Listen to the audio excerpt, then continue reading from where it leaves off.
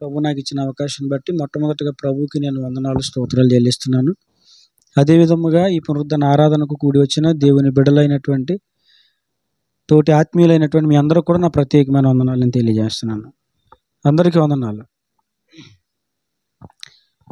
Bible నుంచి దేవుడు ఈ దినము మనకు సిద్ధపరిచినటువంటి వాక్య భాగాన్ని మనం విందాం.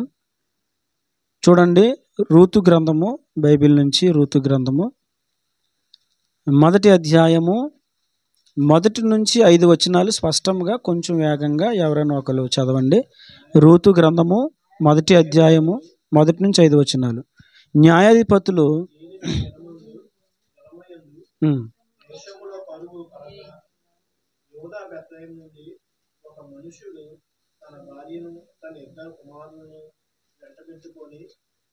మోయాబు దేశమున కాబూరు ముందుకు వెళ్ళెను. ఆ మనుషులు పేరు ఎలీమెలెకు, అతని భార్య పేరు నయమి, అతని ఇద్దరు కుమారుల పేరు మహ్లోను, కిల్యోను. వారు యోదా బెత్లెహేము వారైన ఎఫ్రాతీయులు. వారు మోయాబు దేశమునకు వెళ్ళి అక్కడ కాపురముందురు. నయోమి పెనిమిటి అయిన ఎలీమెలెకు చనిపోయిన తరువాత ఆమెయు ఆమె ఇద్దరు కుమారులను విడిచి వారు మోయాబు స్త్రీలను పెళ్లి చేసుకున్నది. వారిలో ఒక దాని పేరు ఓర్పా, రెండవ దాని పేరు రూతు. వారు ఇంచుమించు 10 సంవత్సరములు అక్కడ నివసించిన తరువాత మహ్లోను కిల్యోను ఇద్దరు పిల్లలను చనిపోయింది. కాగా ఆ స్త్రీ తాను కనిన ఇద్దరు కుమారులను తన పెనిమిటియు లేనిదాయను. దేవుడి వాక్యముల ద్వారా ఈ దినం మనతో మాట్లాడును గాక. న్యాయాధిపతుల కాలంలో బైబిల్లో రాయబడింది, ఎఫ్రామీయుల సంతతికి చెందినటువంటి ఎలీమెలెకు అనే ఒక వ్యక్తి తన భార్యను తనకు కలిగిన ఇద్దరు పిల్లలను తీసుకొని యోదా బెత్లెహేము నుండి బయలుదేరి కాపురం ఉండుటకై మోయాబు దేశమునకు చేరుకున్నాడు. వాస్తవానికి వాళ్ళు బయలుదేరడం కుటుంబంగానే బయలుదేరారు. ఎలీమెలెకు, తన భార్య అయినటువంటి నయోమి, ఆ తర్వాత ఇద్దరు కుమారులు మహ్లోను, కిల్యోను, నలుగురుగా ఈ యోదా బెత్లెహేము నుంచి వారు బయలుదేరి మోయాబు దేశం చేరుకున్నారు. అక్కడ కొంతకాలం ఉన్న తర్వాత జరిగిన బాధాకరమైన సంగతి ఏంటంటే, ఎలీమెలెకు అనేటువంటి ఈ యజమానుడు, కుటుంబ యజమానుడు చనిపోయాడు. ఆ తర్వాత వారికున్న ఇద్దరు కుమారులు కూడా చనిపోయారు. నలుగురుగా వెళ్తే ఒక్క ఆమె మిగిలింది.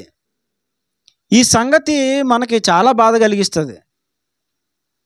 ఒక కుటుంబంగా అక్కడికి వెళ్ళి ఈ యోదా బెత్లెహేము నుంచి మరొక చోటకి కాపురం చేద్దామని వెళ్ళి నివసిద్దామన్న ప్రాంతానికి వెళ్ళి చివరికి అందరూ చనిపోగా ఒక్క స్త్రీయే మిగిలి ఇక ఎటు తోచని దిక్కులేని పరిస్థితిలో మిగిలితే అది చాలా బాధాకరమైనటువంటి పరిస్థితి. మామూలుగా మనం ఆలోచిస్తేనే మన హృదయాలకు బాధను కలిగిస్తుంది. ఒక కుటుంబంలో ఒకరు చనిపోతేనే ఆ బాధను మనం జీర్ణించుకోలేం. ఒక కుటుంబంలో ఇద్దరు చనిపోతే ఇంకా అది చెప్పలేం. ఇక కుటుంబంలో అందరూ చచ్చిపోయి ఒకరు మిగిలితే ఆ ఒక్కడికి ఏం చేయాలో అర్థం కాదు. ఆ ఒక్కడు ఎటు పోవాలో, ఏం చెయ్యాలో, ఎలా బ్రతకాలో ఒక్కడికి ఏమీ అర్థం కాదు. ఇలాంటి దుఃఖకరమైనటువంటి పరిస్థితికి వచ్చేసింది ఆమె నయోమి. వాస్తవానికి నయోమి ఒక్కతే అక్కడ రాలేదు, తన భర్తతో పాటుగా కుటుంబముగా వచ్చారు. భర్త అనుమతిస్తేనే కదా, భర్త ఇంట్లో ఆర్డర్ వేస్తేనే ఏదైనా జరుగుతుంది. అదేదో అంటారు కదా, ఎవరు ఆజ్ఞ లేకుండా సేమైనా కదలదంట. ఆ ఉత్తి మాటలు అయ్యాయి. కాకపోతే కుటుంబంలో భర్త మాట లేకుండా ఏమీ జరగదు. కొన్ని కుటుంబాల్లో జరిగిస్తారులేండి, అది తర్వాత విషయం. కానీ రూల్ ప్రకారంగా మనం మాట్లాడుకుంటే భర్త సెలవు లేకుండా ఏమీ జరగదు. సరే, ఇప్పుడు పరిస్థితి ఏంటంటే ఇక దుఃఖాన్ని పంచుకోవడానికి కూడా ఎవడు లేడు పక్కన, బాధ చెప్పుకోవడానికి కూడా ఎవరు లేరు, నాన్న వారు ఎవరు లేరు. ఎందుకని? వారు పుట్టింది, పెరిగింది యూదా బెత్లెహేములో వారు జీవించింది అక్కడే, వారికి వివాహమైంది అక్కడే, వారికి పిల్లలు పుట్టింది అక్కడే.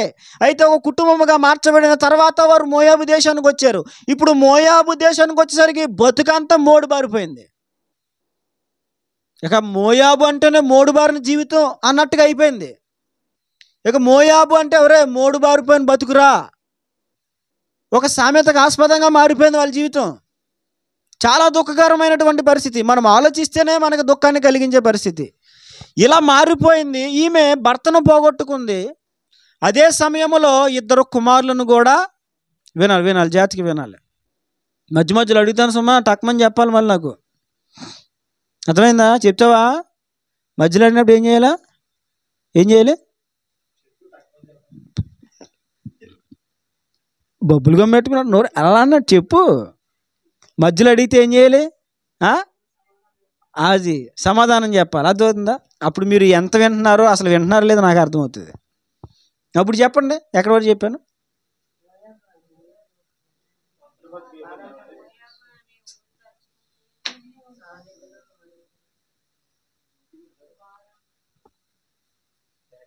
ఇలా వచ్చేమ్మా హాన్సి, కొంచెం ఇలా వచ్చి ఇటు వచ్చి ఇలా వచ్చేమ్మా. నేను అందంగా ఉన్నా లేకపోతే నన్నే చూడు. ఇలా వచ్చి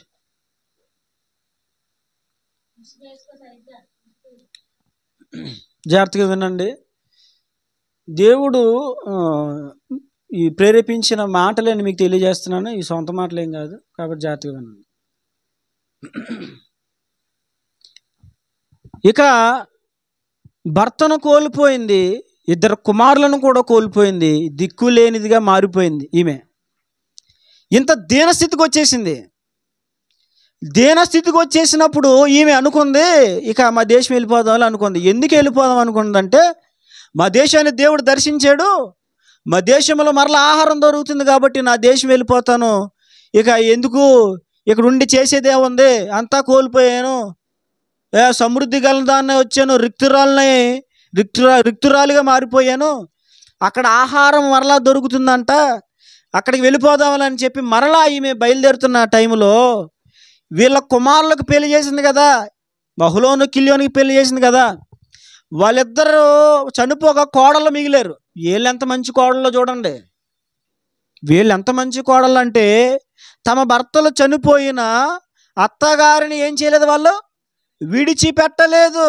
మాంగారు చచ్చిపోయినా భర్తలు చచ్చిపోయినా ఈ కోడళ్ళు ఏం చేయలేదండి, విడిచిపెట్టలేదు. ఈమె అందే అమ్మ మరి నా దేశాన్ని వెళ్ళిపోతున్నానంటే వీళ్ళు అన్నారు మేము వస్తాం అని. ఆమె కొంచెం కౌన్సిలింగ్ ఇచ్చింది. అలా కాదు, మీకు అర్థం అవ్వట్లేదు, నా బతికి ఇది, నా కండిషన్ ఇది, ఇప్పుడు నాకేమైనా పిల్లలు ఉన్నారా, ఒకవేళ నేను కంటే ఇప్పుడు నేను వృద్ధాప్యంలోకి వచ్చేసాను, ఒకవేళ నేను కనిదాకా మీరు ఉంటారా, అప్పుడుదా కనిపెట్టుకుని ఉంటారా, ఇదంతా జరిగే పని కాదు, కాబట్టి మీరు వెళ్ళి మీ ఊళ్ళో పెళ్లి చేసుకోండి, మంచోళ్ళని చూసుకొని చేసుకోండి అని అంటే ఓర్ప పెద్ద కోడలు వెళ్ళిపోయింది. చిన్న కోడలు మాత్రం రాయబడింది అత్తని హత్తుకుంది వెళ్ళ. ఇప్పుడు ఈమె తిరిగి తన స్వదేశానికి వచ్చేసింది. చాలా భారంతో చాలా బాధతో తన హృదయం ఉంది. వచ్చేసిన తర్వాత వచ్చేస్తున్న టైంలో వాళ్ళు కోడలతో మాట్లాడుతున్న సమయంలో, అదే విధముగా వచ్చేసిన సమయంలో ఆమె కొన్ని మాటలు మాట్లాడింది. ఆ మాటలు ఏంటో ఒకసారి చదువుదాం చూడండి. 13వ వచనం.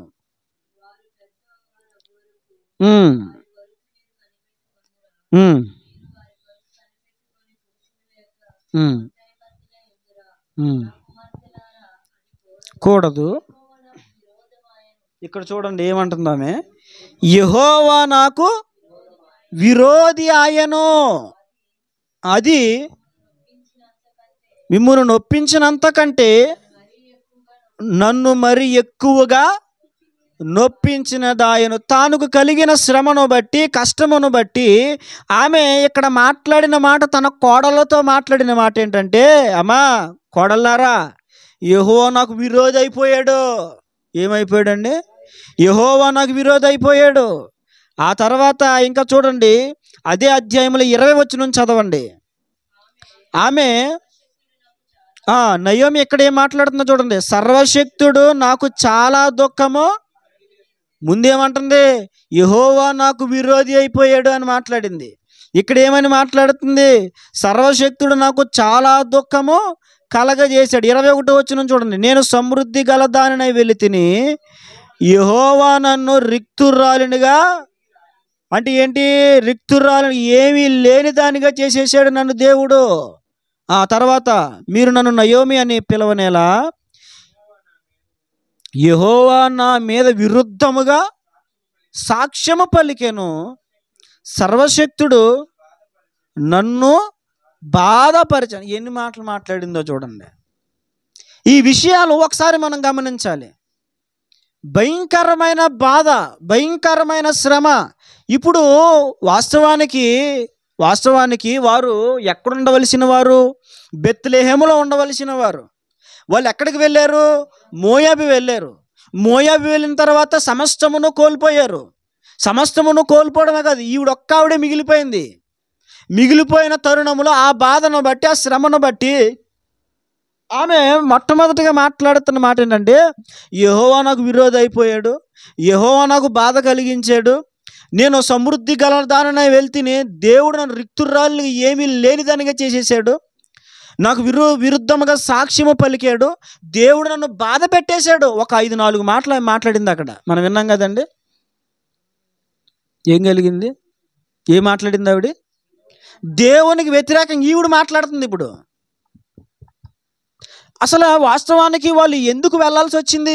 బెత్లెహేము నుండి, యోధా బెత్లెహేము నుండి మోయాబు దేశానికి ఎందుకు వెళ్ళాల్సి వచ్చింది వాళ్ళు? చూడండి అక్కడ మొదటి అధ్యాయం 1వ వచనంలో, వీళ్ళు వెళ్ళడానికి గల కారణం ఏంటంటే, దేశములో కరువు కలగగా. ఏం కలిగిందండి? అంటే ఒక కష్టం వచ్చింది, ఒక ఇబ్బంది వచ్చింది, ఒక ఇరుకు వచ్చింది, ఏదో ఒక శ్రమ వచ్చింది, ఏదో ఒక బాధ వచ్చింది, ఏదో ఒక నష్టం వచ్చింది, ఏదో ఒక కష్టం వచ్చింది. ఈ నష్టము కష్టము రాగానే, కరువు రాగానే, ఇరుకు రాగానే, ఇబ్బంది రాగానే వీళ్ళు ఏం చేశారు? యోధా బెత్లెహేము నుండి బయలుదేరి మోయాబు దేశానికి వెళ్ళిపోయారు. ఎక్కడ నుండి?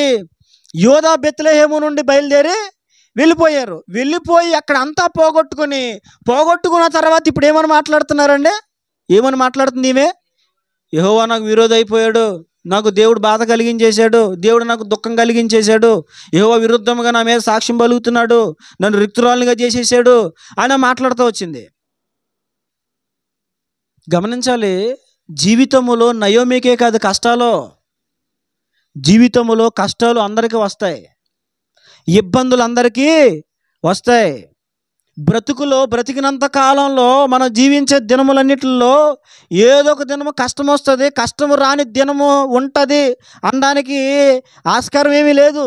రావచ్చు, ఏదో సమయంలో ఏదో ఒక బాధ, ఏదో ఒక కష్టము, ఏదో ఒక ఇబ్బంది, ఇరుకు వచ్చే అవకాశాలు ఉంటాయి. అది పెద్ద కష్టం కావచ్చు, చిన్న కష్టం కావచ్చు, ఏ కష్టమైనా మన జీవితాలకి వాటిల్లుతుంది. చూడండి, చాలాసార్లు మనం కూడా చేసేది ఏంటో తెలుసా?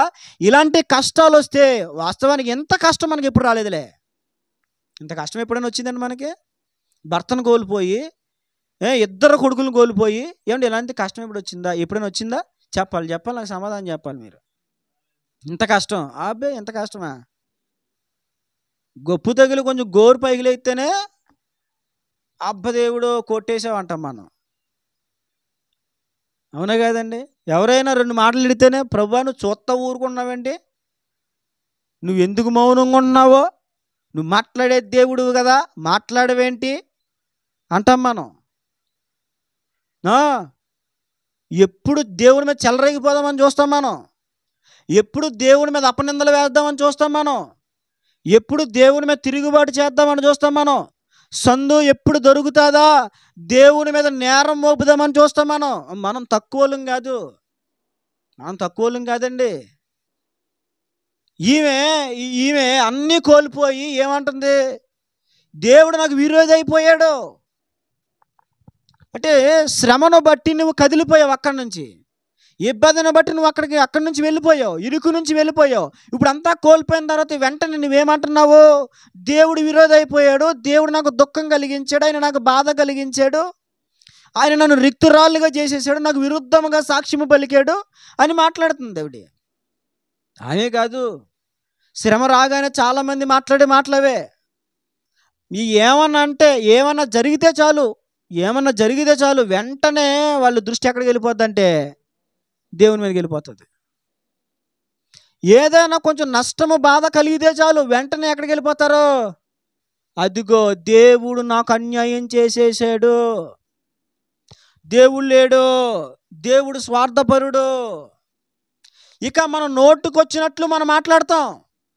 శ్రమ వచ్చినప్పుడు, ఇబ్బంది వచ్చినప్పుడు నోటుకొచ్చినట్టు మాట్లాడటం కాదు. మరి ఏం చెయ్యాలి? శ్రమ వచ్చినప్పుడు ఏం చేయాలి? ఇప్పుడు కరువు వచ్చింది. కరువు వచ్చినప్పుడు దేవుడు వెళ్ళమని చెప్పాడు, వాళ్ళనే వెళ్ళమన్నాడా? మరి ఎందుకు వెళ్ళావు నువ్వు?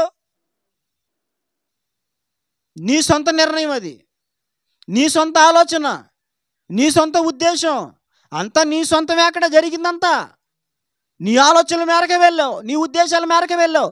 అక్కడికి వెళ్ళిన తర్వాత కష్టం వస్తే దేవుడు నాకు విరోధి అయిపోయాడు. అసలు బెత్లెహేము నువ్వు ఎందుకు వదిలేసావు? కరువు వచ్చింది, నిజమే. కరువు వచ్చింది, కరువు వచ్చిన మాట నిజమే. కరువు వచ్చిందని వెళ్ళిపోతావా? శ్రమ వచ్చిందని చెప్పేసి ప్రాంతం మారిపోదామా? ఇరుకొచ్చిందని, ఇబ్బంది వచ్చిందని మార్చేసుకుందామా? ఈమె ఏం చేస్తుంది? కష్టము రాగానే ఈమె కాదు, వాళ్ళ ఆయన గారి గురించి చెప్పాలి. అసలు మొట్టమొదట ఎలీమెలెకు కష్టము రాగానే ప్రాంతమును విడిచిపెట్టి వెళ్ళిపోయారు. అసలు బెత్లెహేము అంటే ఏంటో తెలుసా? బెత్లెహేము అనగానే రొట్టెల ఇల్లు అని అర్థం. బెత్లెహేము అనగానే దేవునితో సహవాసం అని అర్థం. బెత్లెహేము అనగానే దేవుడు నివసించే ప్రాంతం అని అర్థం. బెత్లెహేము అనగానే ప్రార్థనా జీవితం అని అర్థం. బెత్లెహేము అనగానే భక్తి జీవితం అని అర్థం. అర్థమవుతుందండి? బెత్లెహేము అనగానే దేవుని మందిరం ఉండే ప్రాంతం అని అర్థం. దేవుని మందిరం ఎక్కడ ఉంటుంది? యెరూషలేములోనే కదా. ఇప్పుడు ఇవన్నీ విడిచిపెట్టేసి వెళ్ళిపోయావు నువ్వు. ఎలీమెలెకు భార్య అయిన నయోమి, 2 కుమారులు. కష్టము రాగానే దేవుని మీద నిందలు వేయడం కాదు, కష్టము రాగానే దేవుని మీద విసుక్కోవడం కాదు, కష్టం రాగానే దేవుని యొక్క శక్తిని మనం సందేహించడం కాదు. మరేంటి? అసలు కష్టం వచ్చినప్పుడు మనం చేయాల్సిన మొదటి పని ఏంటి తెలుసా? ఏమండి, కష్టం రాగానే ఇప్పుడు శ్రమ కలిగిందండి. శ్రమ కలగగానే మనం చేయాల్సింది ఏంటి? ఏం చేయాలండి? శ్రమ కలగగానే ఏం చేయాలి? చూడండి, ప్రసంగి గ్రంథము 7వ అధ్యాయము 14వ వచనాన్ని చదవండి. ప్రసంగి, సుఖదినమందు సుఖముగా ఉండుము, ఆపద్దినము నందు యోచించుము. చాలు. అక్కడ ప్రసంగి జ్ఞాని అయినటువంటి సొలొమోను గారు ఏమని అన్నారు? సుఖదినమందున సుఖపడు, ఆపద్దినమందున అంటే నీకు శ్రమ వచ్చింది, నీ దేశంలో కరువు ఉంది, నీకు ఇరుకు ఉంది, నీకు ఇబ్బంది ఉంది, నీకేదో కష్టం కలిగింది, నీకేదో బాధ కలిగింది. ఆ సమయంలో నువ్వు మొట్టమొదటిగా చేయాల్సింది ఏంటి? సుఖంగా ఉండి సుఖపడు. ఆపద వస్తే అప్పుడు నువ్వేం చేయాలి? యోచన చెయ్యి. బెత్లెహేములో వారికి కరువు కలిగింది, శ్రమ కలుగగా. ఇప్పుడు శ్రమ దగ్గర మనం ఏదైనా పెట్టొచ్చు. శ్రమ దగ్గర కష్టం కలుగగా, రోగము కలుగగా, నింద కలుగగా, అవమానం కలుగగా, ఇబ్బంది కలుగగా, ఓటమి కలుగగా, ఇలా మన జీవితంలో ఏదైనా అక్కడ ఆ సందర్భంలో మనం పొందుపరచవచ్చు. కరువు కలగగానే ఈమె తన భర్త కుటుంబము కలిసి వెళ్ళిపోయారు. కానీ శ్రమ దినమున ఏం చేయాలని భక్తులు చెప్పాడు తెలుసా? యోచించాలి. అంటే కష్టం వచ్చినప్పుడు ఏం చేయాలండి మనం? అంటే యోచించడం అంటే ఏంటండి? ఆలోచన చేయాలి. కష్టం రాగానే ఇల్లు వదిలేసి వెళ్ళిపోవడం కాదు, కష్టం రాగానే మందిరం వదిలేసి వెళ్ళిపోవడం కాదు, కష్టం రాగానే దేవుని సహవాసం విడిచిపెట్టేయడం కాదు. మనం కష్టం రాగానే చేసే పని ఏంటి తెలుసా? కష్టం వస్తే ప్రార్థన మానేస్తాం, మనం ఇరుకొస్తే ప్రార్థన మానేస్తాం, కొంచెం శ్రమ ఎదురైతే ఏం చేస్తామండి? ప్రార్థన మానేస్తాం. ఇప్పుడు కష్టం వచ్చిందనే చూసుకున్నారు తప్ప మన ఇక్కడి నుంచి మోయాబు దేశానికి వెళ్ళిపోతే దేవుని సహవాసానికి దూరం అయిపోతాం, ప్రార్థనా జీవితానికి దూరం అయిపోతాం, దేవుని మందిరానికి దూరం అయిపోతాం, దేవుని పరిశుద్ధ స్థలానికి దూరం అయిపోతాం, దేవుని సహవాసమునకు దూరం అయిపోతాం. ఈ ఆలోచన వాళ్ళు చేసుకున్నారండి? ఈ ఆలోచన వాళ్ళు చేసుకోలేదు. కష్టము, ఇబ్బంది, ఇరుకు ఎదురవ్వగానే ఆలోచన చేయకుండా వెళ్ళిపోయారు. కానీ బైబిల్ సెలవిస్తుంది ఏంటి తెలుసా? నీ జీవితంలో నీకు కష్టము రాగానే నువ్వు యోచించడం మానేసి చాలామంది దేవునిని నిందిస్తారు. యోచిస్తే సమాధానం దొరుకుతుంది. కష్టం వచ్చినప్పుడు ఆలోచించాలి. శ్రమ వచ్చినప్పుడు ఒక 3 పనులు మనం చేయాలి. ఒకటి, కష్టం వచ్చినప్పుడు యోచించాలి. బైబిల్లో కష్టం వచ్చినప్పుడు యోచించిన ఒక వ్యక్తి ఉన్నాడు. చూడండి, బైబిల్ని మీకు చూపిస్తాను. మత్తయి సువార్త 1వ అధ్యాయం 19వ వచనం నుంచి చదవండి. మత్తయి సువార్త 1వ అధ్యాయం 19వ వచనం. ఆమె భర్త అయిన యోసేపు నీతిమంతుడై ఉండి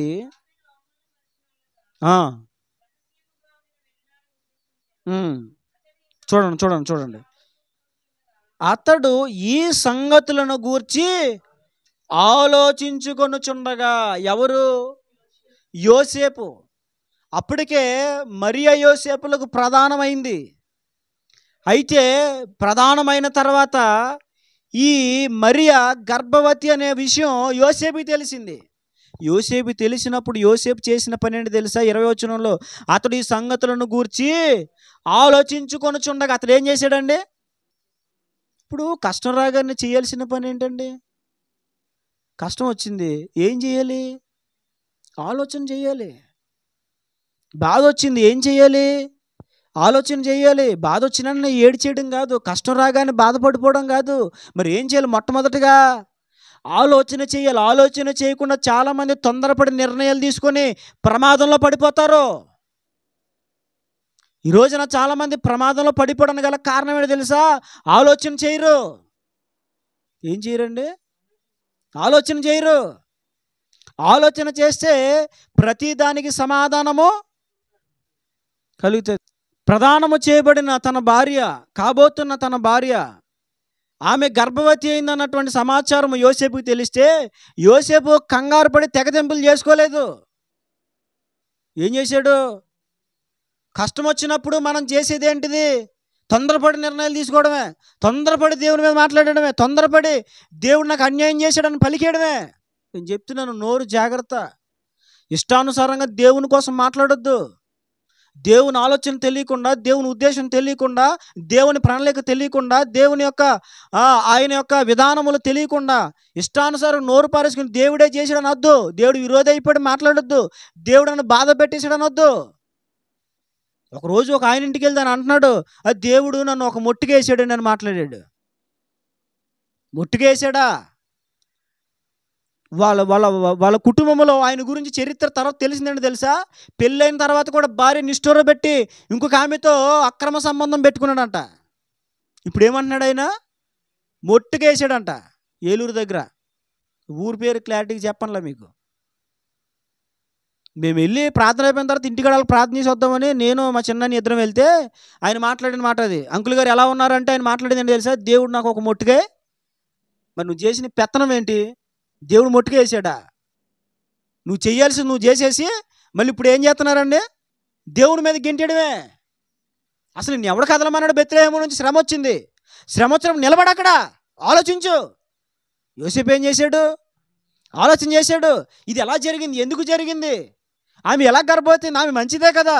ఈలోపు ఎవడు ఆమెతో కూడాడు? ఏం జరిగిందంటావు? ప్రభు ఏం జరిగింది అని యోచిస్తున్నాడు. దేవుని దగ్గర ఆలోచిస్తున్నాడు. ఇలా ఆలోచించుకొనుచు ఉండగా, అక్కడ రాయబడింది, ఆలోచించుకొనుచుండగా ఇదిగో ప్రభువు దూత స్వప్నమందు అతనికి ప్రత్యక్షమై, దావీదు కుమారుడైన యోసేపు, నీ భార్యను మరియను చేర్చుకొనుటకు భయపడకము, ఆమె గర్భము ధరించినది పరిశుద్ధాత్మ వలన కలిగినది, దేవునికి మహిమ కలుగునుగాక. అంటే నువ్వు దానికోసం ఆలోచించినప్పుడు దేవుడు నీకు సమాధానం ఇస్తాడు. యోచించకుండా సమాధానం రావాలంటే ఎలా వస్తుందండి? ఏదో కష్టం, ఏదో నష్టం కలిగింది, కలగ్గానే మనం ఏం చేయాలి?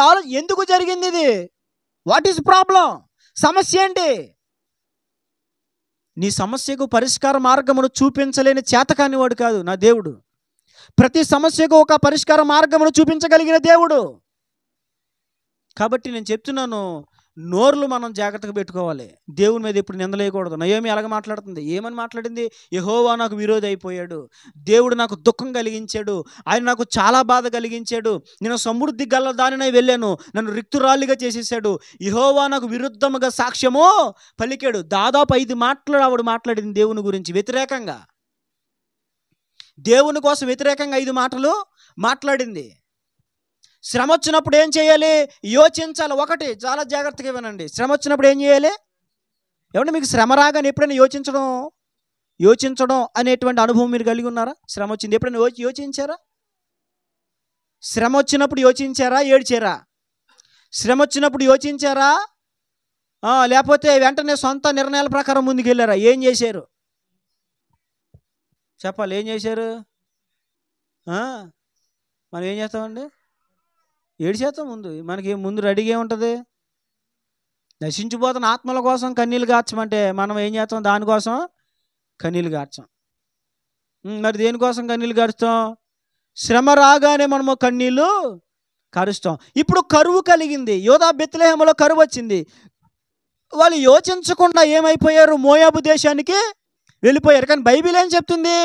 సుఖదినమందు సుఖముగా ఉండు, ఆపద్దినమున యోచించు. అంటే శ్రమ వచ్చినప్పుడు యోచించాలి, ఆలోచన చేయాలి. ఆలోచన చేసినప్పుడు అది ఎందుకు వచ్చిందో, దేనికోసం వచ్చిందో దేవుడు స్పష్టంగా మనకి తెలియజేస్తాడు. ఇప్పుడు యోసేపు యోచించాడు. యోచించుచు ఉండగా అక్కడ బైబిల్ రాయబడింది కంటిన్యూన్స్. అక్కడ ఆలోచించుకొనుచు ఉండగా ఇదిగో ప్రభువు దూత. వెంటనే సమాధానం వచ్చిందా లేదా? అంటే ఆలోచించినప్పుడు దేవుడు సమాధానం ఇస్తాడా లేదా? ఆలోచన చేసినప్పుడు, దేవుని దగ్గర విచారణ చేసినప్పుడు, దానికోసం కనిపెట్టినప్పుడు, ఎందుకు ఇలా జరిగింది అని మనము ఒక్క నిమిషం అలా నిదానించినప్పుడు దేవుడు దాని విషయంలో సమాధానము. కొంతమంది భార్య భర్తలు అలాగే ఆలోచించుకోకుండా తెగదెంపులు చేసేసుకొని డివోర్స్ వరకు వెళ్ళిపోయి విడాకులు తీసుకున్నటువంటి కుటుంబాలు ఎన్నో. ఆలోచించుకోకుండా, ఏం చేయకుండానండి? ఆలోచన చేయకుండా, కాస్త ఆలోచన చేయకుండా ఒక్క అడుగు ముందుకేసి ప్రాణాలు తీసుకున్న వాళ్ళు ఎంతోమంది. ఒక్క నిమిషం ఒక్క అడుగు వెనక్కి తగ్గకుండా పీకలు నరుక్కున్న వాళ్ళు ఎంతోమంది. ఒక్క నిమిషం ఆగి ఆలోచిస్తే. ఒకరోజు మా కుటుంబంలో గొడవైంది. గొడవైనప్పుడు మక్కనే అంటారా అని మేము ముగ్గురు మగోళ్ళం కారేసి వెళ్ళిపోయాం. ఎక్కడికి? వాళ్ళింటికి. అంటే ఎవరింటికి? వాళ్ళింటికి. ముగ్గురు మగోళ్ళం కారేసుకుని, నేను ఆగనంటే ఆగనని, మా చిన్నని కూడా నేను ఆగనని, మా పెద్దని ఉండండిరా అని, నువ్వు ఆగమని నేను కారు ఆపనని, నేను మొత్తం లాక్లు వేసేసి ఫోర్డ్ ఐకాన్ కారు. అప్పుడు అబ్బో మంచి కారు, తొక్కితే మరక భలే పరిగెట్టింది బండి. నేను ఆగనని ఆలోచించకుండా వెళ్ళిపోయాం. అదవుతుందా? ఆలోచించకుండా వెళ్ళిపోవడం వల్ల ఏమైంది తెలుసా? పోలీస్ స్టేషన్కి వెళ్ళి గొడవలు ఆడుకోవాల్సి వచ్చింది. అదే ఒక్క నిమిషం ఆగి ఆలోచిస్తే దానికి సమాధానం వస్తుంది.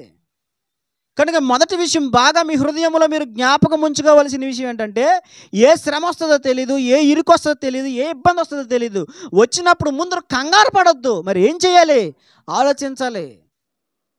యోసేపు ఆలోచించాడు, అంతేగాని మరియా నువ్వు ఇంత పనికిమాలిన దాని అని అనుకోలేదు, నువ్వు ఇలా చేస్తావా, నన్ను ప్రదానం చేసుకుని ఇష్టమని చెప్పా కదా, నచ్చానని చెప్పా కదా, అన్నా కదా, ఎస్ అన్నా కదా, ఓకే అన్నావు కదా, నువ్వు ఇలాంటి పని చేస్తావా, నువ్వు ఎలా గర్భవతి అయ్యావా, నువ్వు వ్యభిచారివే, నువ్వు ఎంత పాడుదాను అని నాకు తెలియదే అని అన్నాడా?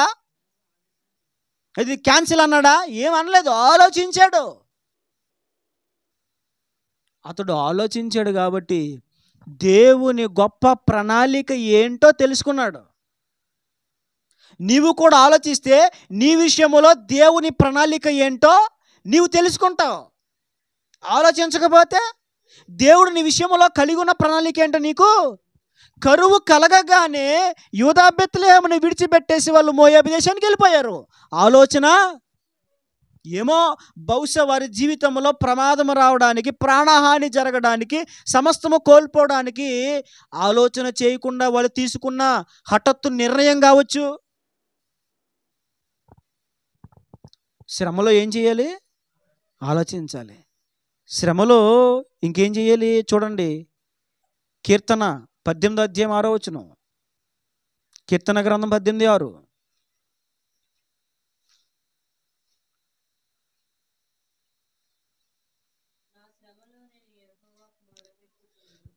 నా శ్రమలో నేను యెహోవాకు.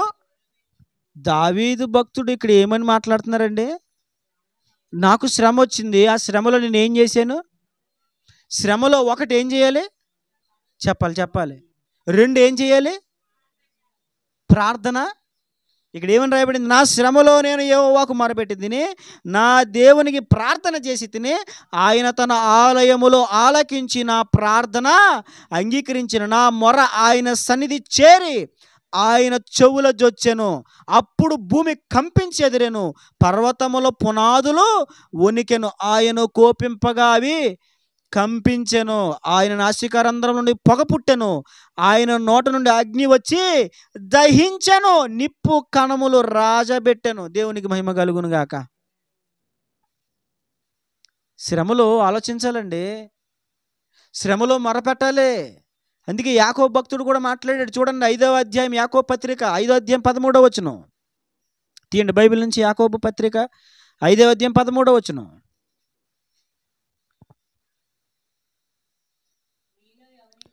మీలో ఎవరికైనా శ్రమ సంభవించినా, ఇక్కడ కూడా భక్తుడు ఏమని మాట్లాడుతున్నాడు? మీలో ఎవరికైనాను శ్రమ సంభవించినా వాడు ఏడవవలెను, వాడు ప్రాణహాని చేసుకోవలెను, వాడు చెరువులో దూకేయవలెను, వాడు భర్త పిల్లలను ఆమె భర్త పిల్లలను విడిచిపెట్టేసి దూర దేశము వెళ్ళిపోవలెను అనుందా? మరి ఏముంది? మీలో ఎవరికైనాను శ్రమ సంభవించినా అతడు ప్రార్థన చేయాలి. శ్రమ వచ్చినప్పుడు కంగారు పడకు, యోచించు. శ్రమ వచ్చినప్పుడు కంగారు పడకు, ఏం చేయాలి? ప్రార్థన చేయాలి. ఏమంటే వాళ్ళు చేశారండి. ఇక్కడ కరువు వచ్చింది అంటే తెయ్యమనేసి ఎక్కడికి వెళ్ళిపోయారు? మోయాబు దేశం వెళ్ళిపోయారు. శ్రమ వచ్చింది, ఆలోచించారా? కరువు వచ్చింది, ప్రార్థన చేశారా? చేయలేదు. యోచించాలి. ఏం చేయాలండి? యోచించాలని సెర్చ్ చేయాలి, పరిశీలన చేయాలి. ఎందుకు వచ్చింది? ఏమండి, ఇప్పుడు శ్రమ ఎందుకు వస్తుందో దేవుడు చెప్పాడు ముందే వాళ్ళకి. అదవుతుందండి. ఇప్పుడు ఇశ్రాయేలీలకి దేవుడు ముందే చెప్పాడు శ్రమ ఎందుకు వస్తుందో చెప్పాడు దేవుడు. చూడండి, మీకు ఆ మాటలు మీకు చూపిస్తాను. లేవియా కాండము 26వ అధ్యాయము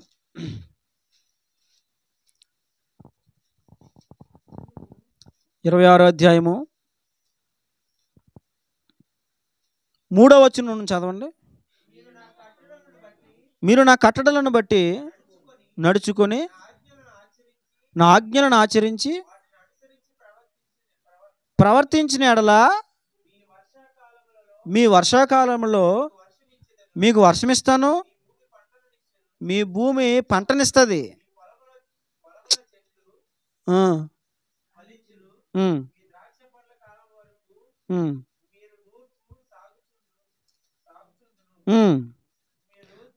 తృప్తిగా భుజించి మీ దేశములో నిర్భయముగా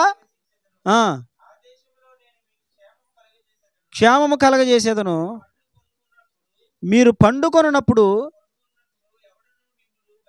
భయపెట్టడం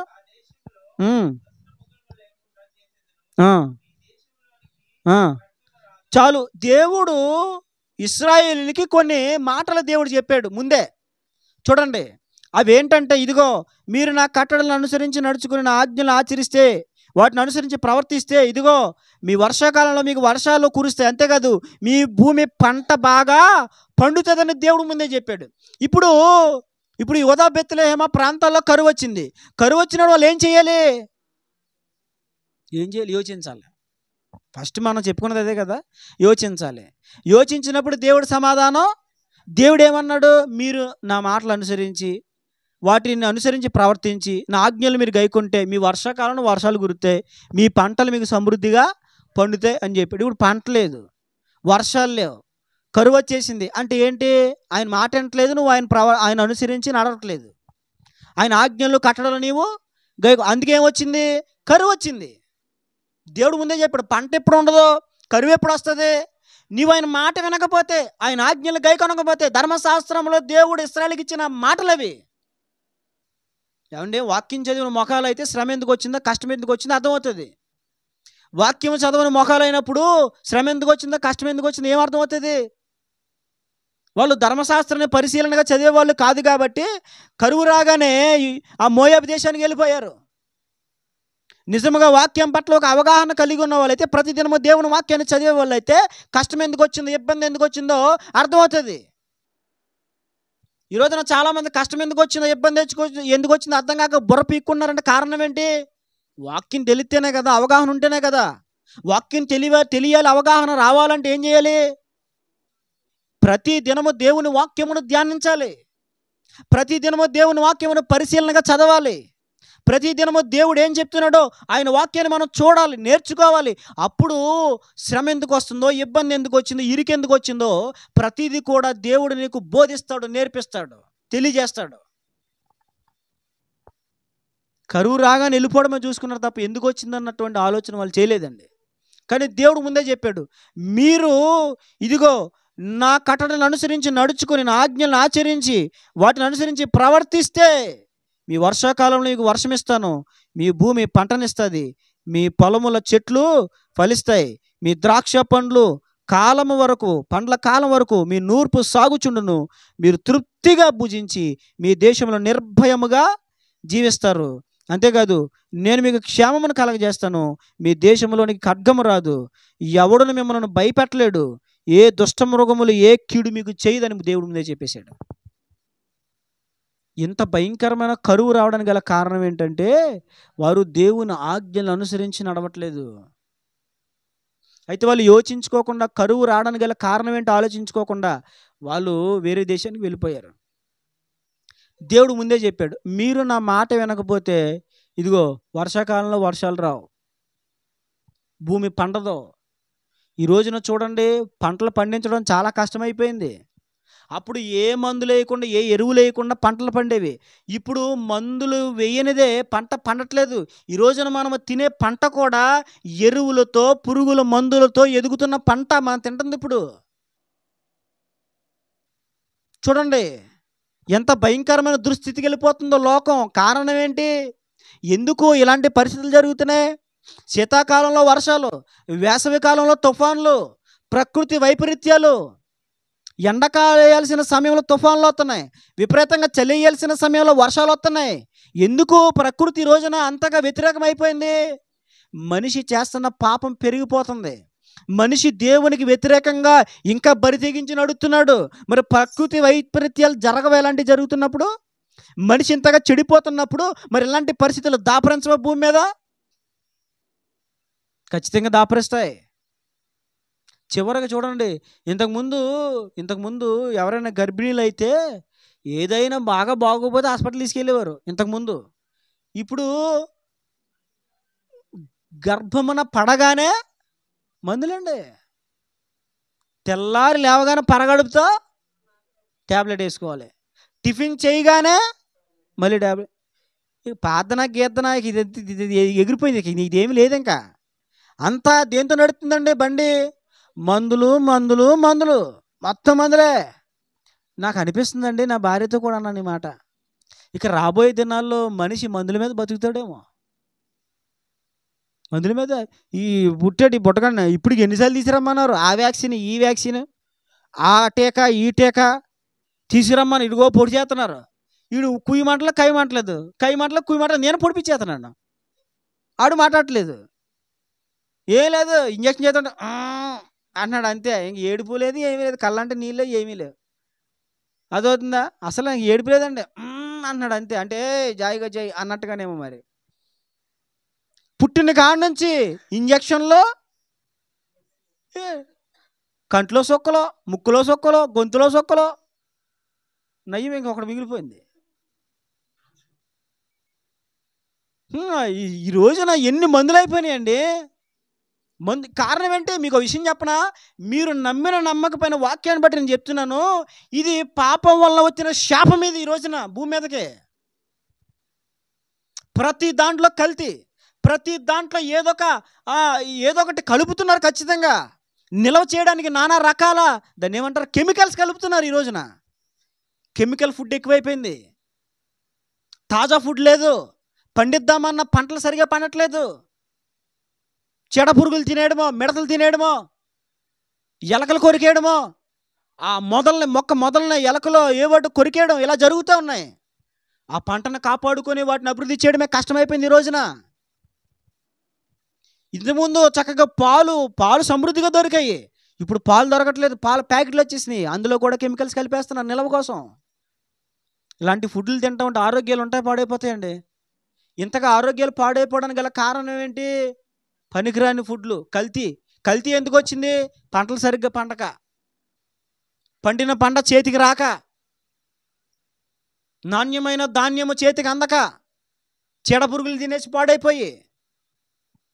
దేవుడు ముందే చెప్పాడు, మీకు మంచి పంట కడుపు నిండగా మీరు తినాలంటే కనుక ఇదిగో నా కట్టడలు అనుసరించి నడవండి, నా వాక్యమును అనుసరించి ప్రవర్తించండి, నా మాట వినండి, మీ దేశంలో మీకు క్షేమం ఉంటుంది, కడుపు నిండగా మీరు భుజిస్తారు, ఏ లోటు మీకు ఉండదు, ఖడ్గము మీ మీదకి రాదు, దుష్ట మృగాలు మీకు ఏ హాని చేయవు అని దేవుడు ముందే చెప్పేశాడు. మీరు నా మాట వినకపోతే దేవుడు చెప్పాడు, ఇదిగో దేవుడు ఎంత స్పష్టంగా చెప్పాడో తెలుసండి, ఎంత స్పష్టంగా చెప్పాడంటే చూడండి, అక్కడ మీకు చెప్తాను. మీరు ఇలా చేయకుండా ఉంటే దేవుడు మాట్లాడాడు. 14 వచనం చూడండి, అదే అధ్యాయం 14 వచనం, లేవియాకాండం 26:14. మీరు నా మాట వినక నా ఆజ్ఞలన్నిటినీ అనుసరింపక నా కట్టడలను, దేవుడు ఇక్కడ చూడండి చాలా స్పష్టంగా చెప్పాడండి దేవుడు, మీరు నా మాట వినకపోతే, నా ఆజ్ఞలు అనుసరించకపోతే, నా కట్టడలు నిరాకరిస్తే, అనుసరించకపోతే,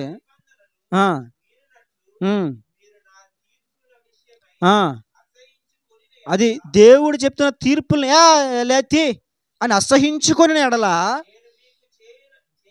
దేవుడు ఏమన్నాడు తెలుసా? నేను అప్పుడు మీకు ఏం చేస్తానంటే, చూడండి చాలా జాగ్రత్తగా వినాలి ఈ మాటలు ఈ మధ్యాహ్నం మీరు. నేను మీకు చేయనదేమనగా మీ కన్నులను క్షీణింప చేయనట్టు, మీ ప్రాణమును ఆయాసపరుచునట్టు, తాపజ్వరమును క్షయరోగమును మీ మీదకి నేను రప్పిస్తాను. అది అసలు విషయం. నా మాట వింటే సమృద్ధి అయిన పంట, కడుపు నిండా ఆహారం, దేశంలో క్షేమము, ఏ మృగములు మీ మీదకి రావు, ఏ శత్రువు మీ మీదకి రాడు, క్షేమంగా ఉంటారు. ఒకవేళ మీరు నా మాట వినకపోతే దేవుడు మాట్లాడుతున్నాడు, ఇదిగో ఇదిగో ఇదిగో ఇదిగో ఏమొస్తాయి, మీ కళ్ళను క్షీణింపజేసి, ఇదిగో మీ ప్రాణమును ఆయాసపెట్టే తాపజ్వరము. ఏ జ్వరం అది? తాపజ్వరం అంటండి. మరి తాపజ్వరం ఏంటి? ఇంగ్లీష్లో చూడాలి. విషజ్వరం ఏమో ఇప్పుడు వస్తున్నాయే కదా, వైరస్. ఇప్పుడు వస్తున్న ఫీవర్స్ అన్నీ, ఇప్పుడు వస్తున్న జ్వరాలన్నీ ఏ జ్వరాలు? వైరల్ ఫీవర్సే, విష జ్వరాలే. ఒకరి నుంచి ఒకరికి ఏమైపోతుంది ఇది?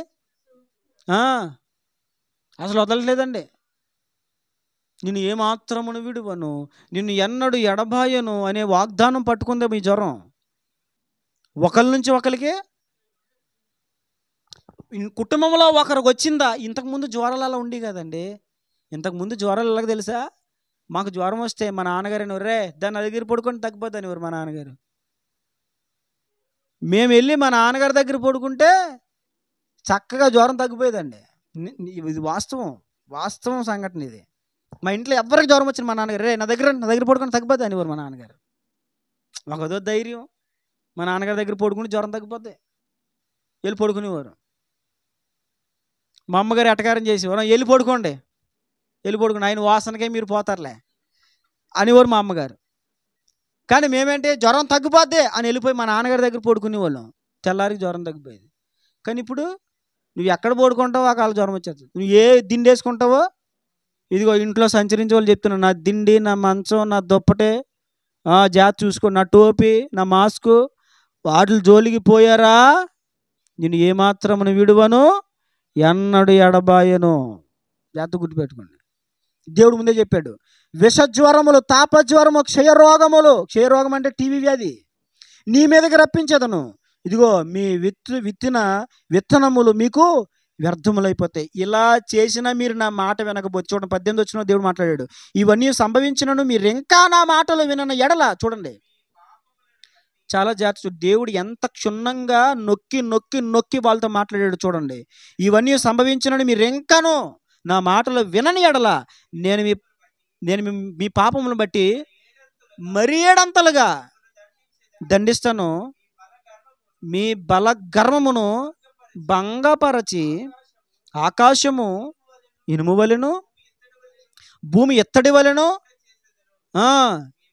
మీ బలము ఉడిగిపోవును, మీ భూమి ఫలింపకుండును, మీ దేశ వృక్షములు. అమ్మా విన్నారా ఎంత స్పష్టంగా దేవుడు మాట్లాడుతున్నాడని? మీరు ఇంకా నా మాట వినకపోతే మీ బల గర్వము భంగపరుస్తానని దేవుడు చెప్పాడు.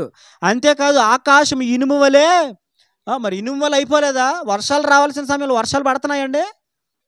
వర్షాలు అక్కర్లేదు అనుకున్న టైంలో వర్షాలు పడుతున్నాయి, భయంకర వరదలు వచ్చేస్తున్నాయి, శృతిమించిన వానలు, శృతిమించిన వరదలు, శృతిమించిన నీటి ప్రవాహం వచ్చేస్తుంది. రావాల్సినప్పుడు రావట్లేదు అంటే ఏంటి? దేవుడు ఆకాశం నెత్తడిలాగా మార్చేసాడు, అంతే కదా. అక్కడ రాయబడిన మాటలు చూడండి, మీ బలము ఉడిగిపోవును. చూడండి ఈ రోజున ఒకసారి ఆలోచించండి, ఏమండి బలం ఎవరికైనా ఉంటుందండి? ఇంతకుముందు స్త్రీలు ఇన్ని బట్టలు పొద్దున్నే నెత్తి మీద ఎట్టుకొని రేవికి మోసుకెళ్ళి అక్కడ అని కొడితే మరి సౌండ్ ఇంటికి వినబడిద్ది, బండకేసి కొడితే బట్టలు. అలా ఉతికి మళ్ళీ రేవు దగ్గర నుంచి ఇంటికి వచ్చి బట్టలు ఆరబెట్టుకొని మళ్ళీ వంట చేసుకొని, అదవుతుందండి. ఆ ఇంట్లో పనులన్నీ బయట పేడ కల్లాపేసుకొని ఇల్లంతా ఊడ్చుకొని, అదవుతుందా, అంట్లన్నీ తోముకొని ఎన్నో పనులు చేసేవారు. ఇప్పుడు రేవుకెళ్ళి పని ఉందా, టిక్ టిక్ టిక్ టిక్ కుయ్ కుయ్ కుయ్ కుయ్, అది నీకు చెప్పేస్తుంది. ఎప్పుడు అది దాన్ని ఏమంటారు, కంఫర్ట్ ఎప్పుడేలో మాది చెప్పేస్తుంది. కంఫర్ట్ కోసం కీకీ కీకీ అంటుంది. అంటే ఏంటి? కంఫర్ట్ వేసి టైం రా బాబు, ఇప్పుడేరా బాబా, నేను తర్వాత తిరిగేస్తాను అని చెప్తుంది అది నాకు. ఇప్పుడు బంటకేసి ఉతికి పని ఉందండి, పని ఏమీ లేదు. అప్పుడు దాన్ని ఏమంటారు, కాదండి, తిరగలు కూడా ఒకటే. ఇప్పుడు మిక్సీ వచ్చేసింది, గుయ్. ఆ తర్వాత గ్రైండరు ఏంటండి, నువ్వు పప్పు వేసావు అంటే అది దూది కంటే మెత్తగా చేసేస్తుంది. అప్పుడు పూర్వం టిఫిన్ వేయాలంటే రుబ్బడమే రుబ్బడమే రుబ్బడమే రుబ్బడమే, ఆ పిండి అలా పోతూ ఉంటుంది, మళ్ళీ ఇలా లాగి మళ్ళీ ఇలా పోతాను, మళ్ళీ ఇలా లాగి ఓ పక్కన రుబ్బడం పక్కన సర్దడం, ఓ పక్కన రుబ్బడం పక్కన సర్దడం. మీరు చూసారా ఎప్పుడైనా? అబ్బాబా కారం, అప్పుడు ఆ కారం ఎలాగా దంచడమే, రోట్లేసి నువ్వు కొట్టు. అప్పుడు భలే చేసేవారండి పనులు. ఇప్పుడు వేళ్ల మీద వెళ్ళిపోతుంది, అంతా వేళ్ల మీద వెళ్ళిపోతుంది. అంట్లు దొంగని మిషన్లు కూడా వచ్చేసినాయండి, మీరు కొనకండి బాబు. అంట్లు దొంగని మిషన్ కూడా వచ్చేసింది ఇప్పుడు. అందులో పెట్టి తలుపేసామనుకో, అందులో లిక్విడ్ కావాల్సింది వేసేస్తే ఉతికి అవి తోమేస్తుందండి. ఆ టైం సెట్ చేసుకుంటుంది. అంట్లను బట్టి నువ్వు టైం సెట్ చేయొచ్చు. టైం సెట్ చేసి పెట్టేసావు అనుకో, అంట్లు తోమేసి కాసేపు నాకు ఆరనేసి అది తీసుకుని ఆరబెట్టేసుకోవడం. సరే, ఇప్పుడు ఇన్ని ఫెసిలిటీస్ వచ్చినాయి. సరే, ఇంత సుఖపడిన మనిషికి బలం ఉందండి, ఒప్పుకుందండి? ఎవరిని చూసినా ఏమంటున్నారు? ఎప్పుడు చూసినా నీరసం. ఓరు బాబు నీ నీరసమోయ్. అందుకే దేవుడు ఏమన్నాడు అక్కడ, మీ బలము ఉడిగిపోవును. 20 వచనం, మీ బలం ఏమైపోతుంది? ఉడిగిపోతుంది. మీ భూమి ఫలింపకుండును, మీ దేశ వృక్షములు. చూడండి ఇంకా స్టెప్ చూడండి, దేవుడు 21 వచనంలో, మీరు ఇప్పటికి కూడా నా మాట వినకపోతే, ఇంకా నాకు విరోధముగా మీరు నడిస్తే, అప్పుడు నేనేం చేస్తానంటే మీ పాపం బట్టి ఇంకా మరి ఏడంతలుగా మిమ్మల్ని దండిస్తాను. ఇప్పుడు ఏం చేస్తానంటే మీ మధ్యకు అడవి మృగాలు రప్పిస్తాను,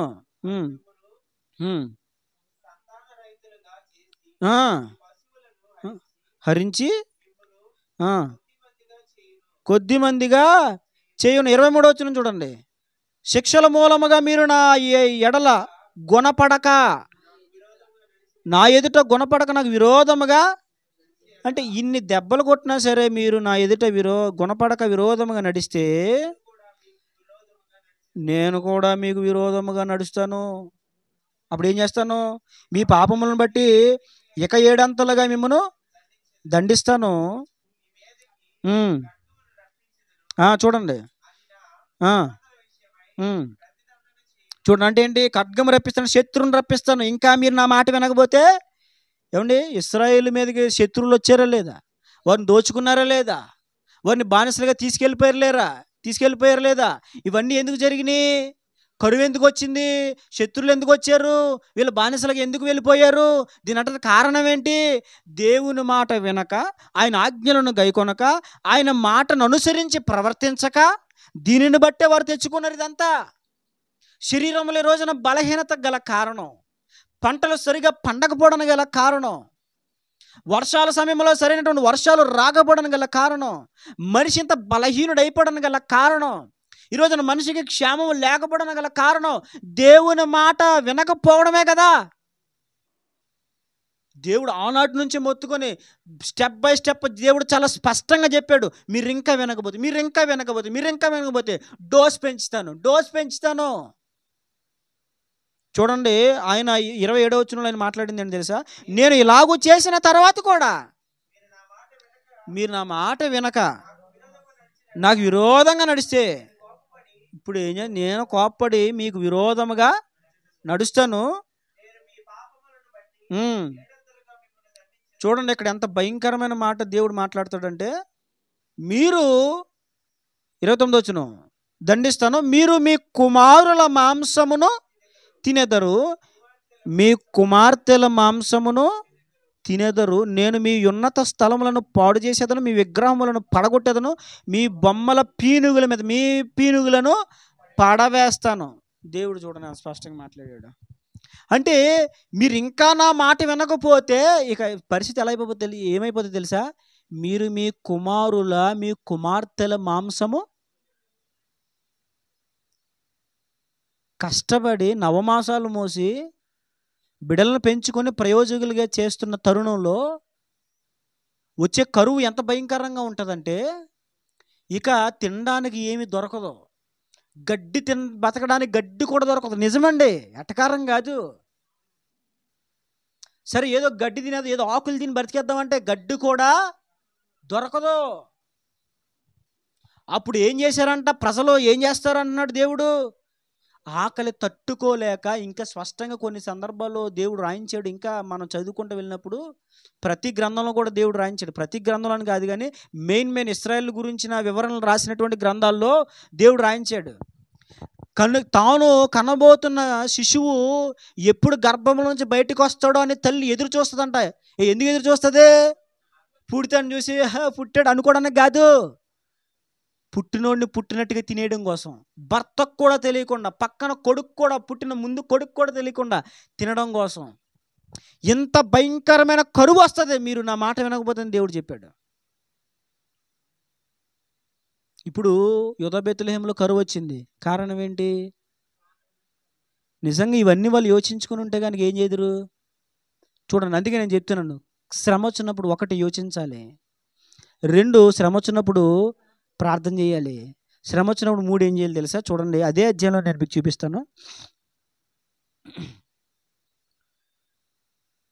39 నుంచి నేనే చదువుతున్నాను చూడండి. అదే 26వ అధ్యాయం 39 వచనం. మీలో మిగిలిన వారు మీ శత్రువుల దేశములలో తమ దోషములను బట్టి, అంటే మిగిలినోళ్ళు ఇక బతుకు అరాకొర్ర మిగిలిన ఇశ్రాయేలు ఉంటారు కదా, వారు తమ దేశములో దోషములను బట్టి క్షీణించిపోయేదరు, మరియు వారు తమ మీదకి వచ్చిన తమ తండ్రుల దోషమును బట్టి క్షీణించిపోయేదరు. వారు నాకు విరోధముగా చేసిన తిరుగుబాటును, తమ దోషమును, తమ తండ్రుల దోషమును ఒప్పుకొని దేవుడు ఇక్కడ చూడండి, ఒప్పుకొని తాము నాకు విరోధముగా నడిచితి మరియు నేను తమకు విరోధముగా తమను రప్పించితనని ఒప్పుకొని ఎడల, అనగా లోబడని తమ హృదయములు లొంగి ఒప్పుకొని ఎడల. ఇక్కడ 3 సార్లు కనిపించింది ఏమాట? ఒప్పుకొని ఎడల అప్పుడు 42 వచనం, నేను యాకోబుతో చేసిన నా నిబంధనను జ్ఞాపకం చేసుకొందును, నేను ఇస్సాకుతో చేసిన నా నిబంధనను జ్ఞాపకము చేసుకొందును, ఆ దేశమును కూడా దేవునికి మహిమ కలుగును గాక. మూడవది శ్రమ వచ్చినప్పుడు ఏం చేయాలా? ఒప్పుకోవాలి. ఏం చేయాలండి? శ్రమ వచ్చినప్పుడు యోచించాలి, శ్రమ వచ్చినప్పుడు ప్రార్థించాలి, శ్రమ వచ్చినప్పుడు నీ పొరపాటు ఏమైనా ఉంటే, ఒకవేళ ఉంటే, లేనప్పుడు ఎలా ఒప్పుకోవడానికి ఏముండదు. ఇంకా ఒప్పుకుంటే ప్రక్కన వాళ్ళ తప్పులు మనం ఒప్పుకోవాలి. అదవుతుంది. ఒప్పుకునేది అనేది ఒప్పుకోవాలి, నీదైనా పక్కన వాళ్ళదైనా మనమే ఒప్పుకోవాలి. కొన్నిసార్లు ప్రక్కవారి తప్పులు మనం ఒప్పుకోవాల్సి వస్తుంది. ఎందుకని?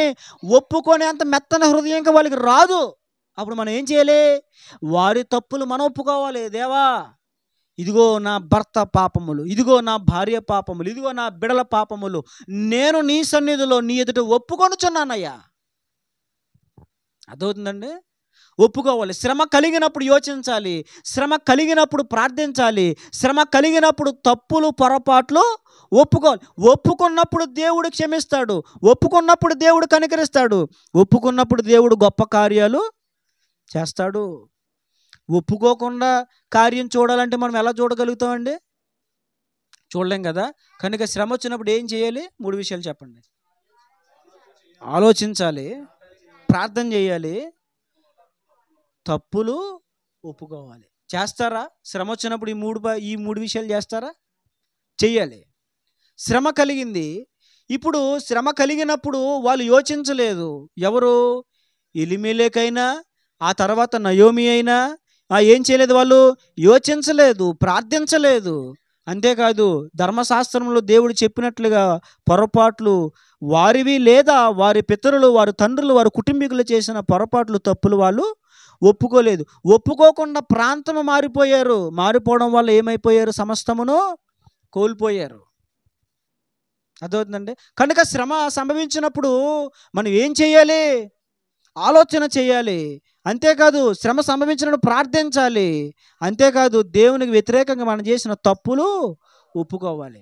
ఈ 3 చేయకుండా నయోమి దేవుని మీద వ్యతిరేకంగా మాట్లాడింది. ఏం చేసిందండి? కాబట్టి ఆలోచించండి. ఊరికనే శ్రమ కలిగినప్పుడు దేవుని మీద నోరేసుకుని పడిపోకూడదు. ఇశ్రాయేలీలు అలాగే చేశారు, మీకు తెలుసు కదా. ఇశ్రాయేలు మార్గంలో శ్రమ రాగానే దేవుని మీద సనిగారండి. అసలు దేవుడు వాళ్ళ విషయంలో కలిగిన ప్రణాళిక ఏంటి చూడండి.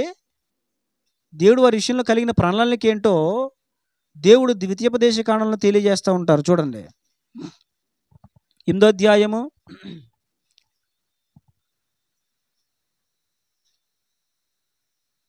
2వ వచనం నుంచి చదవండి. చూడండి, ఆ శ్రమల్లో, ఇబ్బందుల్లో, ఇరుకుల్లో దేవుడు ఎందుకు నడిపించాడు? ఇక్కడ దేవుడు చాలా స్పష్టంగా మాట్లాడుతూ వచ్చాడు. మరియు నీవు ఆయన ఆజ్ఞలను గైకొందువో లేదో నిన్ను శోధించి నీ హృదయములో ఉన్నది. అంటే కష్టాలు ఇశ్రాయేలుకి ఎందుకు వచ్చినాయి? అరణ్యంలో ఏమండి, కష్టాలు, ఈ శ్రమలు, ఆకలి, బాధ, కొన్ని సందర్భాల్లో దాహమైనప్పుడు నీళ్ళని పరిస్థితులు ఇశ్రాయేలుకి ఎందుకు వచ్చినాయి అంట? వారు ఆయన ఆజ్ఞలు గైకొంటారో లేదు. మాకు తినడానికి ఆహారం లేదు. తినడానికి ఆహారం ఎవడు పెడతాడు? ఇక్కడ ఈ సమాజానికి ఆహారం ఎక్కడ తీసుకొస్తాడు అంటే, అప్పుడు దేవుడు అన్నాడు, ఇదిగో నేను మన్నాను కురిపిస్తాను, ఆహారం పంపిస్తాను, ప్రతి ఒక్కరూ కూడా కొలత ప్రకారంగా దానిని సమకూర్చుకోవాలని దేవుడు చెప్పాడు. ప్రతి ఒక్కొక్కరు ఓమేరు చెప్పున దాన్ని సమకూర్చుకోవాలని దేవుడు చెప్పాడు. అయితే దేవుడు ఆహారం లేకుండా చేసి ఇప్పుడు ఆహారమును సమకూర్చి దానికి దేవుడు నియమాన్ని పెట్టాడు. ఏమని?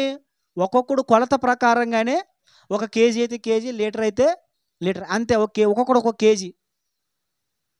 ఎంత తినాలి అన్నం? కేజీ. కాబట్టి పూటకి 1/2 కేజీ తినాలి మనం. ఎంత తినాలి? అది దేవుడు పెట్టిన నియమం వాళ్ళకి. దేవుడు ఆ నియమం పెడితే ఇలా తట్లట్టుకుని బయలుదేరిపోయి కేజీ తెచ్చుకోరా అంటే ఒక్కొక్కడు 10 కేజీలు తెచ్చేసుకున్నాడు. మనిషికి కేజీయే. దేవుడు నియమించిందే. ఆకలి కలగజేసి దేవుడు ఆహారం పంపించి నియమాన్ని పెట్టాడు. ఎందుకని? ఆయన ఆజ్ఞను వారు గైకొంటారో లేదో. అంటే కష్టం ఎందుకు వచ్చింది నీకు? అసలు నువ్వు నిలబడతావో లేదో. నాకు జ్వరం వస్తే నా భార్య అంటుంది, నేను లెక్కేసాను, నేను గమనించాను, మీకు సంవత్సరానికి 3 సార్లు జ్వరం వస్తుంది అని నా భార్య నాతో అంది. నేను అన్నాను, నాకు జ్వరం రావడం మంచిదే. ఎందుకని? నా తప్పులు ఏమన్నా ఉన్నాయేమో నేను సరిదిద్దుకోవడానికి ఇదొక నాకు అవకాశం. అంతేకాదు, నేను 2017లో ఒక తీర్మానం చేసుకున్నాను. ఏమని? మందులు వేసుకోకూడదని ఒక తీర్మానం చేసుకున్నాను. ఇది 2025. 2017లో నేను తీర్మానం చేసుకున్నాను.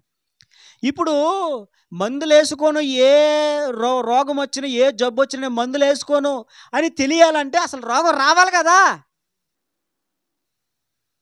రోగాలు రావాలి. ఆ రోగాలనే మందులు వేసుకోకుండా దైవిక స్వస్థత పొందుకోవాలి. అప్పుడు దైవిక స్వస్థత అంటే ఏంటో తెలుస్తుంది. నేను మందులు వేసుకోలేదు, అప్పటి నుంచి ఇప్పుడు రోగమే రాలేదు. ఇంకేముంటుంది దానికి అసలు అర్థమేముంది? నేను తీర్మానం చేసుకోవాలి, నా తీర్మానానికి వ్యతిరేకంగా ఒక ప్రణాళిక రావాలి, దాంట్లో నేను నిలబడాలి. అప్పుడు దైవిక స్వస్థత ఏంటో, దేవుని శక్తి ఏంటో నాకు తెలియాలి, చూసిన వారందరికీ తెలియాలి. అదేవిధంగా ఆ నియమము ప్రకారంగా నేను నడుస్తున్నానో లేదో అది నాకు ఒక పరీక్ష. నా బ్రతుకు అదొక పరీక్ష. దేవుడు అలాగే వాళ్ళకి పరీక్షలు పెట్టాడు. అసలు ఆయన ఆజ్ఞలు గైకొంటావో? దేవుడు ఆజ్ఞ పెడతాడు. అదే సమయంలో కొన్ని సందర్భాల్లో నిన్ను కొన్ని పరీక్షలకు అనుమతిస్తాడు. నీకు పరీక్ష పెడతాడు. ఒక అందమైన అమ్మాయిని తీసుకొస్తాడు ముందుకి, లేదా ఒక అందమైన కలర్ఫుల్ మందు బాటలు తీసుకొస్తాడు. ఛాన్స్ ఎవరుండరు, వేసే ఎత్తే ఎవడుండక అప్పుడు ఏం చేయాలండి?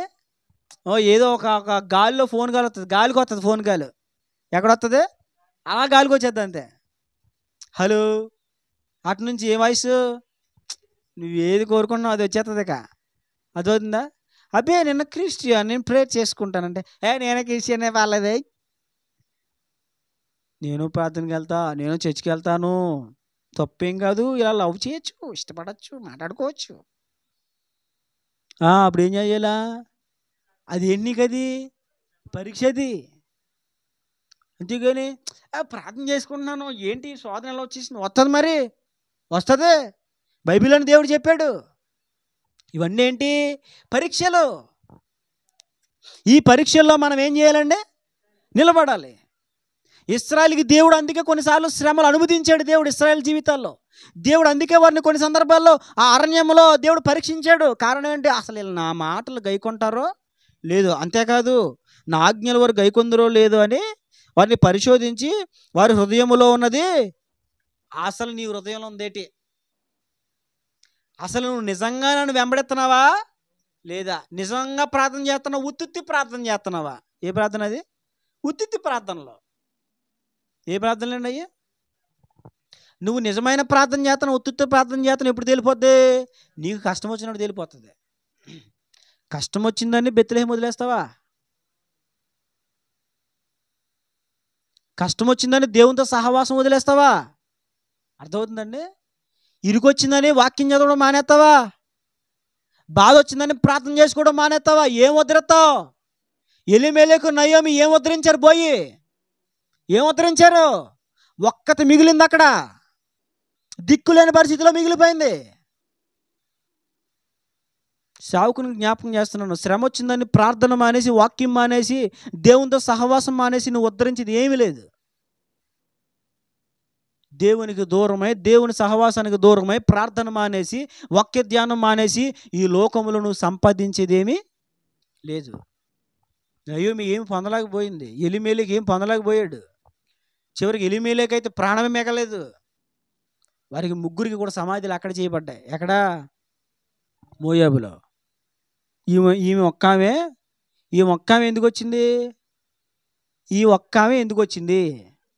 చెప్పండి. నిజంగా మీకు దైవ జ్ఞానం అని చెప్పండి. ఈ ఒక్కామె ఎందుకు వచ్చింది? అబ్బబ్బబ్బబ్బబ్బా, very good, God bless you. డబ్బులు ఏమేమలే. డబ్బుల కంటే దేవుని దీవెనే గొప్పదే అమ్మ, అవునా కదా? అంతే అంతే. గాడ్ బ్లెస్ యూ అన్నాను. ఆ ఒక్క ఆమె ఎందుకు వచ్చింది తెలుసా? మన కోసం వచ్చింది. ఎవరి కోసం వచ్చింది? ఆ, అక్కడికి వెళ్తే బతుకు ఏమైపోయింది? పాడైపోయింది. ఒకడు యెరూషలేము నుండి దిగి యెరికోకు ప్రయాణమవుతున్నాడు. మార్గ మధ్యంలో ఏమయ్యాడు? దొంగల చేతిలో చిక్కుకున్నాడు. బహు దెబ్బలు తిన్నాడు, గాయాల పాలైపోయాడు, కొన ప్రాణంతో పడిపోయాడు. అసలు యెరూషలేము నుంచి దిగి నిన్ను యెరికోకి ఎవడు వెళ్ళమన్నాడు? యెరికో శాపగ్రస్తమైన పట్టణము.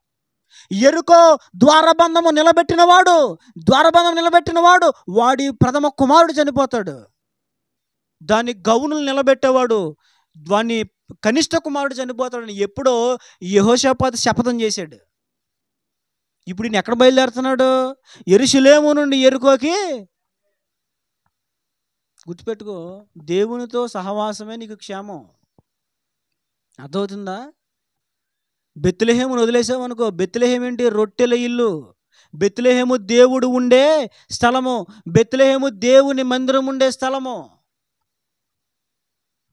శ్రమ వచ్చిందని బెత్లెహేమును వదిలేస్తే, ఇరుకొచ్చిందని దేవుడు నివసించే ప్రాంతాన్ని వదిలేస్తే మనకు వచ్చేదేమి? ఆ శ్రమలో ఏం చేయాలో దేవుడు ఈ మధ్యాహ్నం చాలా స్పష్టంగా మనతో మాట్లాడారు. యోచించు, ప్రార్థించు. నీ తప్పులుంటే గనక దేవుని సన్నిధిలో ఒప్పుకో. అంతేగాని యెహోవా విరోధి అయిపోయాడు నయోమిలాగా. ఎలాగా? నయోమిలాగా దేవుడు నాకు చాలా దుఃఖం కలిగించేశాడు. అమ్మో, మరి నీకే దుఃఖం, ఎవరికి లేదు మరి లోకంలో దుఃఖం. దేవుడు నన్ను బాధ పెట్టాడు, నాకు విరుద్ధముగా సాక్ష్యము పలికాడు అని ఎన్ని మాటలు మాట్లాడిందండి ఆమె. కనుక ఆలోచించండి. శ్రమ వచ్చినప్పుడు తొందరపడి నిర్ణయాలు తీసుకోవద్దు. శ్రమ వచ్చినప్పుడు యోచించండి. శ్రమ వచ్చినప్పుడు యోచించాలని బైబిల్ చెప్తుంది. అదే విధముగా యోసేపు యోచించాడు. శ్రమ వచ్చినప్పుడు, కష్టం వచ్చినప్పుడు యోచించాడు. ఇది ఎలా జరిగింది, ఎందుకు జరిగింది, ఏంటంటావు అని యోచించినప్పుడు దేవుడు తన ప్రణాళిక యోసేపుకి తెలియజేశాడు. కనుక నేను చెప్తున్నాను దైవ సేవకునిగా, ప్రార్థన జీవితాన్ని విడిచిపెట్టొద్దు. వాక్య ధ్యాన జీవితాన్ని శ్రమ వచ్చిందని విడిచిపెట్టొద్దు. ఒక దానియేలుకు వచ్చింది కష్టం, ప్రార్థన చేయడం మానేశాడండి? చెప్పాలి. పౌలు శీలలకు వచ్చింది కష్టం, కొట్టేసి చిత్త కొట్టేసి చెరసాల్లో వేశారు. మానేశారా? వాళ్ళకి రాలేదా కష్టాలు? వాళ్ళకి రాలేదా శ్రమలో? నీకు ఒక్కడికి వస్తున్నాయేటి? మనందరికి వచ్చినాయి. వాళ్ళు ఏం చేశారు? చెరసాల్లో వేసేస్తే గాయాలతో, రక్తాలతో, పాటలతో ప్రార్థించారు వాళ్ళు. శ్రమ వచ్చినప్పుడు భక్తిలో చెలరేగిపోవాలి. అర్థమైందా? దేవుని మీదగా చెలరేగడం. శ్రమ వచ్చినప్పుడు భక్తిలో చెలరేగిపోవాలి, ప్రార్థనలో చెలరేగిపోవాలి. ఎప్పుడు? శ్రమ. అది అసలు చాలా ఇంపార్టెంట్ పీరియడ్. అదే మరి ఎక్కువగా దేవునితో సహవాసం చేయడానికి మనకు వచ్చిన గొప్ప ధన్యత, అవకాశం అదే. మరి ఎక్కువగా దేవుని సన్నిధిలో ప్రార్థించవలసిన సమయం అదే, శ్రమలోనే. అన్ని బాగున్నప్పుడు అన్ని చేస్తారు, అందరూ చేస్తారండి. అన్నీ బాగున్నప్పుడు, అన్నీ దేవుడు ఇచ్చినప్పుడు అందరూ దేవునికి థ్యాంక్స్ చెప్తారు. అది కాదు గొప్పతనం. ఏమీ లేనప్పుడు చెప్పాలా? ఎప్పుడు చెప్పాలండి? ఏమీ లేనప్పుడు చెప్పాలి. అన్నీ ఉన్నప్పుడు సంతోషించడం కాదు, ఏమీ లేనప్పుడు సంతోషించాలి. అన్నీ ఉన్నప్పుడు సంతోషించడంలో ఏం గొప్పతనం ఏమీ లేదు. ఏమీ లేనప్పుడు సంతోషించడంలోనే గొప్పతనం ఉంటుంది.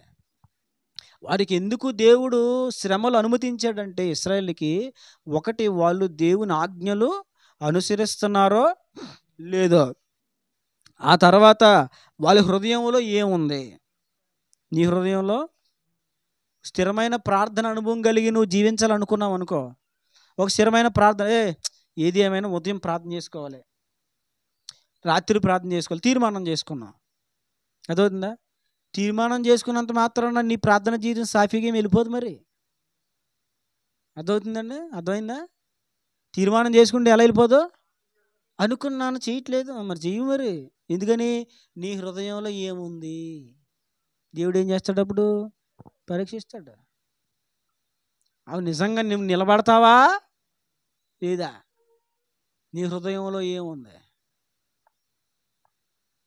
దానియేలు హృదయంలో ఏముంది? దేవుని పట్ల అమితమైన ప్రేమ ఉంది, దేవుని కొరకు త్యాగం చేసే తత్వం ఉంది, ఎవరిలో? దేవుని కొరకు ఎంత రిస్క్ అయినా ఎదుర్కొనే తత్వం ఉంది ఎవరిలో? అది ఉందని ఎప్పుడు తెలిసింది? ఆ, మరి నీలో ఏముంది? ఆలోచించాలి. నీలో ఏముంది? ప్రార్థనకి ఆటంకాలు రాకూడదు, ప్రార్థనకి వ్యతిరేకత రాకూడదు. వస్తుంది. ఏం చేయాలి అప్పుడు? అప్పుడు చేయాలి అసలు. అదవుతుందండి. వారి హృదయంలో ఏముందో తెలుసుకోవడానికి. అంతే కదా అక్కడ రాయబడింది చూడండి. నిన్ను అణుచు నిమిత్తము ఏం చేయడానికండి? ఇదిగోండి, శ్రమ ఎందుకు వస్తుంది తెలుసా? అణచడానికి. ఏం చేయడానికి? ఎందుకని? ఎగురుతాం కదా మనం. ఏం చేస్తాం? ఎగురుతుంటాం. దేవుడు ఏం చేస్తాడు? ఆగరా నువ్వు అక్కడ, ఆగు, ఇక్కడ ఆగు. నువ్వు ఏం చేస్తాడు ఆయన? మనల్ని అనసలేదనుకో దేవుడు, ఏం చేస్తాం? ఆ పడిపోయిన కెరూబు తర్వాత సెకండ్ కెరూబు మనమే. ఆ పడిపోయాడు కదా లూసిఫరు, ఆడు ప్రధాన పుత్రుడు మనమే, ప్రియమైన పుత్రుడు మనమైపోతాం ఆయన అంచకపోతే. కట్టడలు లేనప్పుడు జనులు చెడిపోతారు. కట్టడ నిన్ను కంట్రోల్ చేస్తుంది. నియమాలు నిన్ను హద్దుల్లో నడిపిస్తుంది. నియమాలు నీ జీవితాన్ని చెక్కుతాయి. శ్రమలు నీకు ఒక రూపునిస్తాయి. శ్రమలు నిన్ను అణుస్తే కంట్రోల్లో ఉంచుతాయి. అంటే ఎంత గొప్ప కారు అయినా, ఎంత గొప్ప ఫ్లైట్ అయినా, ఎంత గొప్ప వాహనం అయినా దానికి ఏముంటుంది? బ్రేక్ ఉంటుంది. అంటే ఏంటి? వెళ్ళి ఆగు తొక్కడానికి. నువ్వు తొక్కితే అది 200 వెళ్ళిపోద్ది. కానీ దాని పక్కన ఏమిస్తాడు? ఎందుకు? అనచడానికి. లేకపోతే ఇది ఏమైపోద్ది? చెయ్యి మన 100 మందిని గుద్దేస్తుంది. ఇది ఆగదు. ఇది కొట్టుకుంటూ వెళ్ళిపోద్ది. ఇక నేను వెళ్ళిపోతున్నానుగా, ఎవడ పడితే నాకేంటని వెళ్ళిపోతుంది. అది దానికి ఏమి ఇచ్చాడు? అది దేవుని ఆజ్ఞలు. దేవుడు అనుమతించే శ్రమలు మనకు ఒక బ్రేక్ లాంటివి. అవి మనల్ని ఏం చేస్తూ ఉంటాయి? అనుస్తూ ఉంటాయి. అర్థమవుతుందండి. కనుక శ్రమలో కంగారు పడకండి, ఆలోచించండి, ప్రార్థించండి, ఒప్పుకోండి. శ్రమలో తప్పులు ఒప్పుకోండి. అప్పుడు దేవుడు పరిష్కార మార్గాన్ని చూపిస్తాడు. వీళ్ళు కరువు రాగానే ఇవేమీ చేయకుండా అక్కడికి వెళ్ళిపోయారు. కనీసము ఆలోచన చేయలేదు, వాక్యం చదవలేదు, వాక్యం ఏం చెప్తుందో దాని గురించి విచారణ చేయలేదు. చూడండి, ప్రాంతము మారిపోయినంత మాత్రాన సమస్య పరిష్కారము కాదు. ఇది బాగా గుర్తుపెట్టుకోవాలి. ప్రాంతము మారినంత మాత్రాన సమస్య పరిష్కారము కాదు. కొంతమంది ఉన్న సమాజంలో, ఉన్న కుటుంబములో, ఉన్న ప్రాంతంలో, ఉన్న వీధిలో అవమానం వచ్చేసిందని, అదవుతుందా? అందరూ హేళన చేశారని, ఇబ్బందులు పెట్టారని, ఇరుకులు గురి చేశారని ఆ ప్రాంతాన్ని, ఆ ప్రదేశాన్ని, ఆ ఇంటిని విడిచిపెట్టి వేరొక చోటుకి వెళ్ళిపోతారు. ప్రాంతాలు మారితే పరిస్థితులు మారో, ప్రాంతాలు మారితే బ్రతుకులు మారో, ప్రాంతాలు మారితే ప్రవర్తన మారిపోదు. ప్రాంతం కాదు. ఏం చేయాలి? ప్రార్థిస్తే పరిస్థితులు మారతాయి, యోచన చేస్తే పరిస్థితులు మారతాయి, పాపములు ఒప్పుకుంటే పరిస్థితులు. ప్రాంతం మారితే కాదు. ఏం చేయాలి? ఉన్న చోటనే. అది రొట్టెలు ఇల్లని నీకు తెలీదా? యెరూషలేము దేవుని సహవాసం అని నీకు తెలీదా? తిండి కోసం పరిగెత్తేయడమేనా? తిండి ఎక్కడ దొరికితే అక్కడికి వెళ్ళిపోవడమేనా? కాదు. అసలు ఇక్కడ తిండి ఎందుకు లేదు? ఇక్కడ తిండి ఎందుకు? ఆలోచించాలి. అరే, ఇది దేవుడు నివసించే ప్రాంతం కదా, ఆయన చెప్పాడు, వాగ్దానం చేశాడు కదా, ఇదిగో ఆ దేశం పైన నేను నా కనుదృష్టి ఉంచుతాను. నీ దేవుడని యెహోవా కనుదృష్టి సంవత్సరాది మొదలుకొని సంవత్సరాంతం వరకు ఆ దేశం మీద ఉంటుంది. అది నీ దేవుడని యెహోవా లక్ష్యపెట్టు. దేశం అది పాలు తేనెలు ప్రవహించు. దేశం ఇశ్రాయేలును కాపాడువాడు కునుకడు, నిద్రపోడు. ఇన్ని వాగ్దానాలు ఉన్నాయి కదా భూమికి. ఇన్ని వాగ్దానాలు దేవుడు చేశాడు కదా. మరి ఆ ప్రాంతం విడిచిపెట్టి ఎలా వెళ్ళిపోవాల్సి వచ్చింది? ఎలా వెళ్ళిపోవాలనుకున్నావు నువ్వు? కనుక ఆలోచించండి. దేన్ని విడిచిపెట్టి పరిగెత్తారు నాకు తెలియదు, కానీ మరలా విడిచి పరిగెట్టిన చోటకి మరలా రండి. అర్థమవుతుందా? ఇప్పటి నుంచైనా మరలా బెత్లెహేముకి రండి. అంటే దేవునితో సహవాసం చేయండి. మరలా ప్రార్థనా జీవితాన్ని కలిగి ఉండండి, వాక్య ధ్యాన జీవితాన్ని కలిగి ఉండండి. ఎందుకు బెత్లెహేము వదిలేసి ఎందుకు పరిగెట్టడం? బెత్లెహేము వదిలి పరిగెడితే కొంతకాలం బాగానే ఉంటుంది, కానీ ఆ తర్వాత కష్టాల బారిన పడక నేను చెప్తున్నాను, బెత్లెహేములోనే క్షేమము. అర్థమవుతుందా? ఏదో ఇరుకో ఇబ్బందో ఏదో కొన్ని విషయాలను బట్టి కొన్ని సంఘటనలను బట్టి ప్రార్థన చేయడం మానేయడం. నువ్వు కొన్ని సంఘటనలు బట్టి ప్రార్థన చేయడం మానేస్తే ఏంటి అర్థం? బెత్లెహేముని వదిలేస్తున్నావు నువ్వు. కొన్ని పరిస్థితులను బట్టి నువ్వు వాక్యం చదవడం మానేసావంటే నువ్వేం చేస్తున్నావు?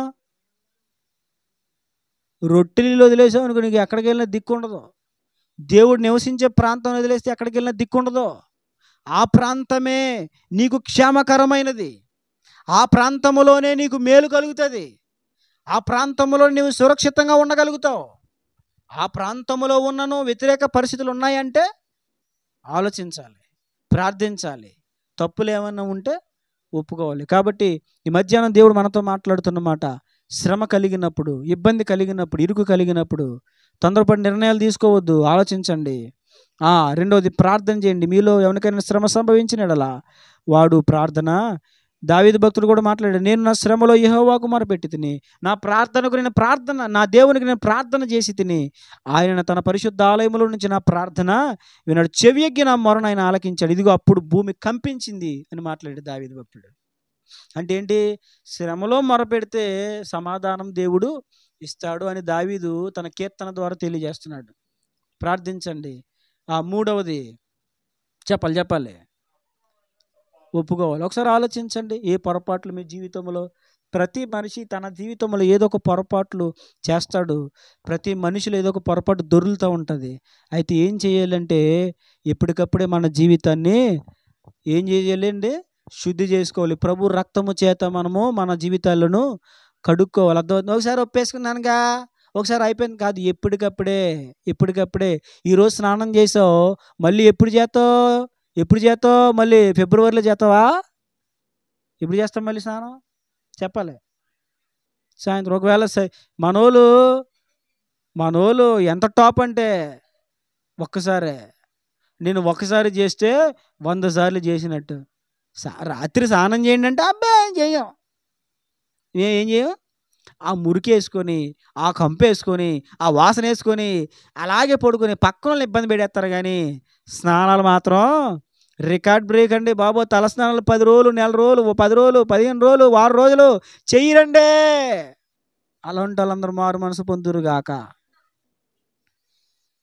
చెప్పండి ఆమేనని. మనం ఏం చేస్తాం? స్నానం చేసామని ఉండిపోతామా? మరి ఏం చేస్తాం? మళ్ళీ చేస్తాం. ఎందుకు మళ్ళీ చేస్తాం చెప్పు జాషువా? ఒకసారి స్నానం చేసినా మరలా చేస్తాం. ఎందుకు చేస్తాం? బయటికి వెళ్తాం, మళ్ళీ ఏం అంటుకుంటుంది? ధూళి అంటుకుంటుంది. సమాజంలోకి వెళ్తాం, మళ్ళీ ఏదో మురికి అంటుకుంటుంది. మళ్ళీ వచ్చాక ఏం చేస్తాం? మురికి అంటుకుంటుంది. కానీ దాని లోపలికే వెళ్ళనివ్వకూడదు. ఇప్పుడు రోడ్డు మీద పోయావు, ఏదో కాంతి చూసావు, నువ్వు శోధించబడకపోయినా నీ మనసు ఏమైపోయింది? పాడైంది. అప్పుడు నువ్వేం చేయాలి? రాత్రి ఇంటికి రాగానే కడుక్కోవాలి. దేవుని సందులో ఏం చేయాలండి? కడుక్కోవాలి, శుద్ధి చేసుకోవాలి. అంటే ఎప్పటికప్పుడే మన పాపములు, అవిధేయతలు దేవుని దగ్గర ఒప్పుకోవాలి. అదే సమయంలో మన తండ్రులు, మన పితరులు ఎవరైనా తప్పులు పొరపాట్లు చేస్తే వారి తప్పులు పొరపాట్లు కూడా ఒప్పుకోవాలి. దేవుడు మాకు ఇచ్చిన కొన్ని పరిచర్లు పాడైపోయినాయి. వాటి విషయంలో నేను చేసే ప్రార్థన ఏంటి తెలుసా? ప్రభువా, మా పాపముల వలన ఆ పరిచర్లు పాడైపోయినాయి, మమ్మలను క్షమించు నాయన, మా పాపములు క్షమించని ప్రార్థన చేస్తాను. నేను నేటికి అలాగే ప్రార్థన చేస్తాను. మా తండ్రులు, మా పితరులు, మాకంటే ముందున్న పెద్దలు, వారి పాపములు క్షమించయ్యా, వారి పాపములు నేను మీ సన్నిధిలో ఒప్పుకుంటున్నాను. ఒప్పుకొని ప్రార్థన చేసినప్పుడు దేవుడు కార్యాలు చేస్తాడు. ఈ నూతన సంవత్సరంలో మరి దేవుడు మా కుటుంబంలో కార్యం చేశాడు. కొన్ని సంవత్సరాలుగా సమాధానము లేని 2 కుటుంబాల మధ్యలో దేవుడు సమాధానం ఇచ్చాడు. కొన్ని సంవత్సరాలు నా పెళ్ళైనప్పుడు కూడా సమాధానం లేదు. ఎప్పుడు అది ఏ సంవత్సరం నాకు తెలియదు. అది భుజాలు ఎప్పుడు పుట్టింది? 2017, 2017 నుంచి 2 కుటుంబాల మధ్యలో సమాధానం లేదు. కానీ ఈ సంవత్సరంలో దేవుడు అద్భుతమైన సమాధానం ఇచ్చాడు. అర్థమవుతుందండి? ఇంక మామూలు సమాధానం కాదు, అద్భుతమైన సమాధానం దేవుడిచ్చాడు. గొప్ప సమాధానం దేవుడిచ్చాడు. అసలు మేము ఊహించలేకపోయాం. మాకే అనుమానం వచ్చేసింది మాకు. ఒరే నీది నిజమేనంటావా? కొన్ని సందర్భాలు దేవుడు చేసిన కార్యాలకి మనం నమ్మలేక అనుమానం వచ్చేస్తూ ఉంటుంది. ఒరే నేను భోజనం పెట్టి ముందుగా నీటేస్తాడా ఏంటి? అనుమానం వచ్చేస్తూ ఉంటుంది. ఒరే నలుగురిని క్యాక్ చేయడానికి గొడవగా నెడతాడా ఏంటి? అంటే చూడండి దేవుడు చేసిన కార్యాలు ఎంత గొప్పగా ఉంటాయో. కారణం తప్పులు ఒప్పుకొని ప్రార్థన చేసినప్పుడు, తప్పులు ఒప్పుకున్నప్పుడు. కాబట్టి చూడండి ఆ ఎలీమెలెకు కుటుంబము ఎలా అయితే పాడైపోయిందో అలాగ మన కుటుంబాలు పాడు కాకుండా ఉండాలంటే కనుక ఇదిగో వారికిలాగా మనం తొందరపడి నిర్ణయాలు తీసుకోకుండా ఆలోచిద్దాం, ప్రార్థన చేద్దాం, ఒప్పుకుందాం. దేవుడి నుంచి సమాధానాలు మనము పొందుకుందాం. ఈ మాటలు దేవుడు మన వెనుకలు దీవించి ఫలింపచేయును గాక. ఆమేన్.